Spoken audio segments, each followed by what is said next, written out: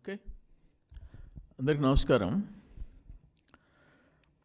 అమరావతి ఇంత పెద్ద వరదల్లో కూడా సేఫ్ ప్లేస్ కింద, సేఫెస్ట్ క్యాపిటల్ ఏరియా కింద రుజువైంది. ఆ రోజు సెప్టెంబర్ 1వ తేదీ 26 నుంచి 29 సెంటీమీటర్ల వర్షపాతం నమోదైంది. అంటే అరౌండ్ 260 to 290 మిల్లీమీటర్స్ వర్షపాతం నమోదైంది. కృష్ణానదికి చరిత్రలో తొలిసారిగా 11,40,000 క్యూసెక్స్ వరద వచ్చింది. అయినా కూడా అమరావతికి ఆ ప్రాంతంలో ఆ వర్షానికి వచ్చిన నీళ్లు తప్ప ఇక్కడ ఎయిమ్స్ కానీ, హైకోర్టు కానీ, సెక్రటేరియట్ కానీ, ఆ ప్రాంతంలో నిర్మాణం జరిగిన ప్రాంతాల్లో కానీ ఓన్లీ ఆ వర్షానికి వచ్చిన నీళ్లు తప్ప వరద నీళ్ళు ఎక్కడ రాలే. అటువంటి అమరావతిని ఇప్పుడు ఈరోజు అమరావతికి పెట్టుబడులు వస్తున్నాయి. మళ్ళీ చంద్రబాబు నాయుడు గారు ముఖ్యమంత్రి కాగానే అమరావతి వరల్డ్ క్లాస్ ఒక ప్లాన్డ్ సిటీ, అమరావతి ఒక ఆధునిక నగరంగా ఏర్పడుద్ది, దాన్ని ఎట్లా డ్యామేజ్ చేయాలా, దానికి పెట్టుబడులు ఎట్లా రానికుండా చేయాలా, ఇప్పుడు XLRI వాళ్ళు స్కూల్ మేనేజ్మెంట్ వాళ్ళు ఒక 250 కోట్లతో ఏర్పాటు చేయాలని, SRM యూనివర్సిటీ మెడికల్ కాలేజ్ పెట్టాలని, బార్ కౌన్సిల్ ఆఫ్ ఇండియా జాతీయ న్యాయ విశ్వవిద్యాలయం ఏర్పాటు చేయాలని చంద్రబాబుతో వాళ్ళ ప్రతినిధులు మాట్లాడుతున్నారు. 300 కోట్లతో HPCL ప్లాన్ చేస్తుంది. NTPC, ONGC, Indian bank, SBI వంటి ప్రఖ్యాత సంస్థలన్నీ ఇక్కడ మొదలుపెట్టేదానికి ప్లాన్ చేస్తున్నాయి. AI హబ్ కింద ఒక 150 కోట్లు పెట్టుబడి వచ్చే పరిస్థితుంది. ఇటువంటి సందర్భంలో ఎవడైనా తెలుగోడుగా పుట్టి ఆంధ్రప్రదేశ్ భవిష్యత్తు గురించి, ప్రజల భవిష్యత్తు గురించి, దానికి ఒక మంచి రాజధాని వచ్చే దాని గురించి వచ్చుకోలేక ఘోరంగా మాట్లాడుతున్నారంటే అసలు అర్థం కావటంలే. ఇది అమరావతి సముద్రం నీటి మట్టం కంటే 35 మీటర్స్ హైట్లో ఉంది. వెరస్ హైదరాబాద్ సిటీ సముద్రం మట్టం కంటే 536 మీటర్ల ఎత్తులో ఉంది. మంది అరౌండ్ 35-36, అది 536 మీటర్లు. అక్కడేం పెద్ద నదులేమి హైదరాబాద్ ఆనుకొని లేవు. అదేదో ఒక సాసర్ స్వరూపంలో ఉంటుంది, బోర్లించిన సాసర్ మాదిరిగా ఉంటుంది. గచ్చిబౌలి, మాదాపూర్ ప్రాంతంలో కురిసే నీళ్ళన్నీ మూసీ నది ద్వారా కృష్ణానదిలోకి వెళ్ళిపోతాయి. ఇక్కడ కూకట్పల్లి, అమీర్పేట ప్రాంతాల్లో నీళ్ళన్నీ గోదావరిలో కలిసిపోతాయి. హైదరాబాద్కి అద్భుతమైన డ్రైనేజ్ సిస్టమ్ ఉంది. ఆయన ఇంజనీరింగ్ పితామహుడు మోక్షగుండం విశ్వేశ్వరయ్య ఆ డ్రైనేజ్ సిస్టానికి రూపకల్పన చేశాడు. మూసీ నది నుంచి వచ్చే ఆ వరదల్ని హైదరాబాద్ కాపాడేదానికి హిమాయత్ సాగర్, హుస్సేన్ సాగర్, ఉస్మాన్ సాగర్ వంటి నిర్మాణాలు మోక్షగుండం పర్యవేక్షణలో జరిగాయి. హైదరాబాద్ డ్రైనేజ్ నిర్మాణం వెనుక 100 ఏళ్ల కృషి ఉంది. అయినప్పటికీ భారీ వర్షాలు వస్తే హైదరాబాద్ సిటీ మెజారిటీ ప్రాంతం అతలాకుతలం అవుతుంది. మనం చూస్తూనే ఉన్నాం హైదరాబాద్ పరిస్థితి. భారీ వర్షాలు వస్తే ఒక్క హైదరాబాద్ కాదు, ఇప్పుడు చెన్నై తీసుకుంటాం. చెన్నై 7 మీటర్ల హైట్లో ఉంది సముద్రానికి. మనకన్నా 35 మీటర్స్ హైట్ ఉంది అమరావతి. వస్తే ఆ డ్రైనేజ్ వాటర్ లాగేసి దానికి అవకాశం ఉంది కిందకి వెళ్ళిపోయేదానికి. అది 7 మీటర్స్. కొంచెం సముద్రం పొంగినప్పుడు డ్రైనేజ్ సిస్టమ్ కూడా కష్టం. ఆ చెన్నైలో ఆ అడయార్, కూమ్ నదులు చాలా చిన్నవి. సాధారణ రోజుల్లో కూడా వర్షాలు వస్తే మునిగిపోతాయి. అటువంటిది ఆ నదులు 10 రోజులు, 15 రోజులు స్తంభించిపోతాయి చెన్నైలో వరదలు వస్తే. మనం చూస్తూనే ఉంటాం. కర్నూలు 274 మీటర్ల హైట్లో ఉంది. 2009 ఎండ్లో రోసయ్య ముఖ్యమంత్రి. ఏంటి ఆ రోజు పరిస్థితి? తుంగభద్ర నుంచి చిన్న వరదకి కకావికలం అయిపోయింది కర్నూలు, రోసయ్య ముఖ్యమంత్రిగా. ఇవన్నీ మనం చూస్తూ ఉన్నాం. కృష్ణానది చరిత్రలో 11,40,000 క్యూసెక్స్ మన ప్రాంతంలో ప్రవాహం మనం ఎప్పుడు చూడలే. ఇది ఇటువంటి ఘోరమైన ప్రచారం చేయటం ఆశ్చర్యంగా ఉంది. అంటే తెలుగోళ్ళు అయ్యుండి నువ్వు పార్టీలు వేరే అయ్యి ఉండొచ్చు, ఎలక్షన్స్లో గెలిపోవటములు సాధారణం. మీరు ఓడిపోతే అమరావతి నాశనం అయిపోవాలన్నా? అమరావతికి పెట్టుబడులు రాకూడదా? అమరావతి నగరం అభివృద్ధి చెందకూడదా?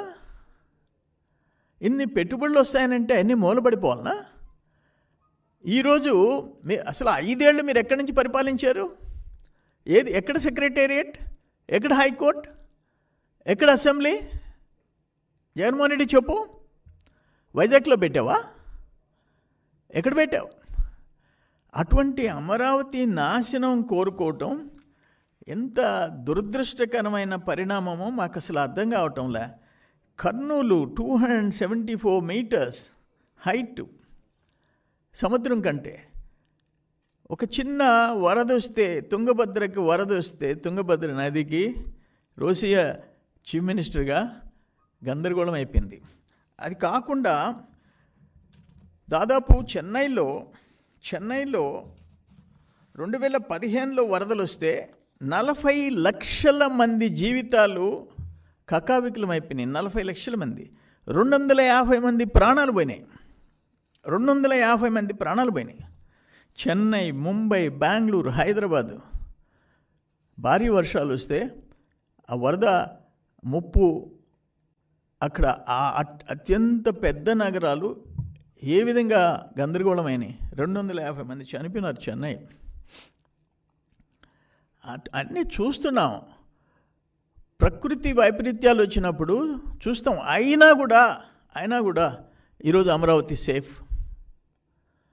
అమరావతికి వరద నీళ్లు రాలే. అమరావతిలో యథాతథంగా సెక్రటేరియట్, హైకోర్టు, అసెంబ్లీలు, ఆ భవనాల్లో కార్యకలాపాలు యథాతథంగా జరిగాయి. దానికి సంతోషపడాలా? కానీ ఇంత ఘోరంగా మాట్లాడే వాళ్ళను మనం ఎక్కడన్నా చూసామా అని చెప్పేసి నేను అడుగుతూ ఉండా. అంటే అక్కడ రైతులు పొలాలు, వాళ్ళు పుట్టి పెరిగిన ఆ పొలాలన్నీ ధారాళంగా రాజధాని కోసం వాళ్ళు సాక్రిఫైస్ చేసి వాళ్ళు ఈరోజు ఉంటే అవి నాశనం అయిపోవాలా? అక్కడ పెట్టుబడులు రాకూడదు, పెట్టిన వాళ్ళు మునిగిపోవాలా? ఈ చెన్నై 500 ఏళ్ల చరిత్ర. హైదరాబాద్ చూసాము. ఆ డ్రైనేజ్ సిస్టమ్ 100 years హిస్టరీ. అది దురదృష్టం. దాన్ని నేను తీవ్రంగా ఖండిస్తుండా. ఇది ఒక ఆధునిక నగరం. బాబు గారు ఆయన ప్లాన్ అంతా ఒక ఆధునిక నగరం కింద అమరావతిని తయారు చేయాలనే ఆయన కృషి, ఆయన సంకల్పం, అది సక్సెస్ కావాలని చెప్పేసి కోరుకోవాలా. ఎవరి కోసం? ఈ రాష్ట్ర ప్రజల భవిష్యత్తు కోసం. మీరు ఇప్పుడు మాట్లాడే ఆ కూతులు కూసేవాళ్ళు ఎన్నేళ్ళు బతుకుతారు మీరు? ఆ తర్వాత ఈ బిడ్డల భవిష్యత్తు. ఒక రాజధాని లేకుండా హైదరాబాద్ నగరం ఈరోజు తెలంగాణని పోషిస్తుంది, తెలంగాణ రాష్ట్రాన్ని పోషిస్తుంది. Because beautiful capital. బాబు గారి కృషి, అందరి కృషి.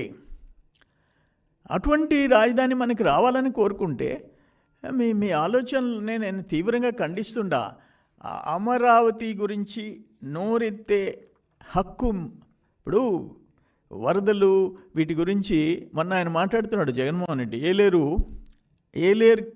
రిజర్వాయర్కి ఉందండే కెనాల్లో 10,000 క్యూసిక్స్ కెపాసిటీ, దానికి 292 కోట్లతో 70,000 క్యూసిక్స్ ఫ్లో అయ్యేదానికి డిజైన్ చేసి టెండర్స్ పిలిచేసి వర్క్ ఆర్డర్స్ ఇచ్చారు. అని ఏం మాట్లాడు జగన్మోహన్ రెడ్డి? చూశాను నేను ఆ క్లిప్పింగ్స్. 14,000కి పెంచారు, 10,000ది 14,000కి పెంచారు.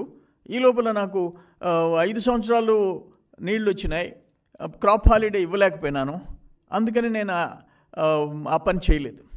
అంటే 10,000 నుంచి 70,000కి పిలిచి 292 కోట్లతో టెండర్స్ పిలిస్తే నువ్వు దాన్ని మూలబెట్టి ఏలేరు రిజర్వాయర్ కాడికి పోయేసి అది 14,000కి పెంచితే అని అంటావు, 14,000 డిజైన్ చేస్తే అని అంటావు. అది 70,000 అనేది కూడా నీకు తెలీదు.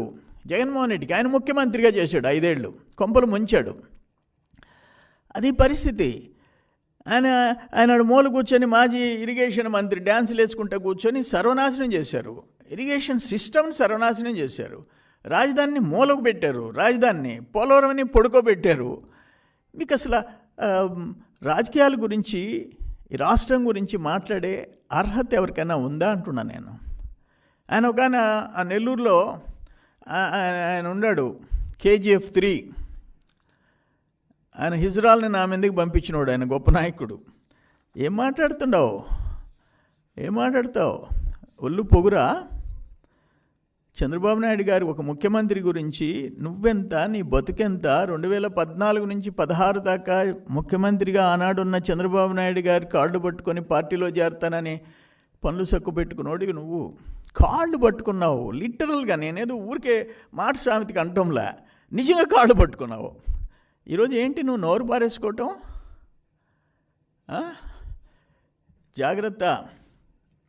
జాగ్రత్తగా మాట్లాడు, ఒళ్ళు దగ్గర పెట్టుకో. నీ అర్హత ఏంది? నువ్వు KGF 3, ఒక కరోనా హౌస్, ఒక హిజ్రాల ఫ్రెండ్షిప్, ఒక కల్తీ మద్యం, ఒక నకిలీ పత్రాలు, ఒక ల్యాండ్ స్కామ్. నీ బ్యాక్గ్రౌండ్ ఏంది? నీ చరిత్ర ఏంది? ఒక్క మార్కు నీకు ఎవరైనా పొలిటికల్ టీచర్ ఎవరైనా ఉంటే ఒక్క మార్క్ నీకు వేస్తాడా? మైనస్ మార్కులు నీకు రాజకీయాల్లో. ఒక బ్యాడ్ హిస్టరీ నీకు. ఒళ్ళు దగ్గర పెట్టుకొని మాట్లాడు. ఒక ముఖ్యమంత్రి గురించి మాట్లాడేటప్పుడు ఒళ్ళు దగ్గర పెట్టుకో. అందులో మా నాయకుడి గురించి మాట్లాడు, ఒళ్ళు దగ్గర పెట్టుకో. ఒళ్ళు పులిసిపోయింది. ఏదేమైనా ఈరోజు రాష్ట్రంలో ఒక ప్రతిపక్షం, ఇటువంటి పనికిమాలిన ప్రతిపక్షం పార్టీని గతంలో మనం రాజకీయాల్లో చూసాం. అధికార పక్షం చూసాం, ప్రతిపక్షం చూసాం. మేము కూడా ఎంతోమంది ముఖ్యమంత్రులు అధికారంలో ఉంటే మేము ప్రతిపక్షంలో ఉండి పోరాడాం. బట్ ఇటువంటి పరిస్థితి, మేము అధికారంలో ఉంటే ప్రతిపక్షంలో వాళ్ళు ఉన్నారు. ఇటువంటి దారుణమైన ఎదవ రాజకీయాలు చేసే పార్టీని మేము చూడలే.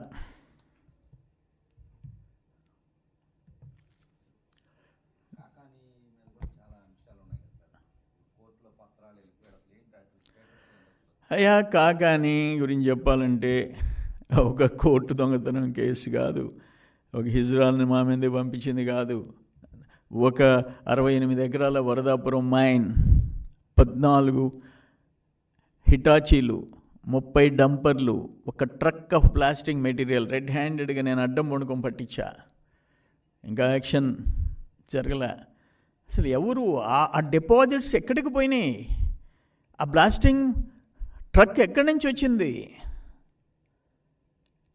సో ఇప్పుడున్న అధికారులు కూడా దాని మీద చర్యలు తీసుకోవాలా. ఆ పక్కనున్న Mogalluru 40 acres, Varadapuram 68 acres, Mogalluru 40 acres, Marupuru 30 acres, Modigedu, ఒక్క సర్వేపల్లి కాన్స్టిట్యున్సీ చెప్తుండే. ఆ పక్కనున్న సిలికా గూడూరు కాన్స్టిట్యున్సీ, క్వాచ్ వెంకటగిరి కాన్స్టిట్యున్సీ, వందల వేల కోట్లు.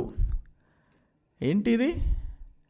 అవన్నీ తాట తీయాల్సిన బాధ్యత ఈ ప్రభుత్వం మీద, ఇప్పుడున్న అధికారుల మీద ఉంది. వదిలిపెట్టే ప్రసక్తిలే.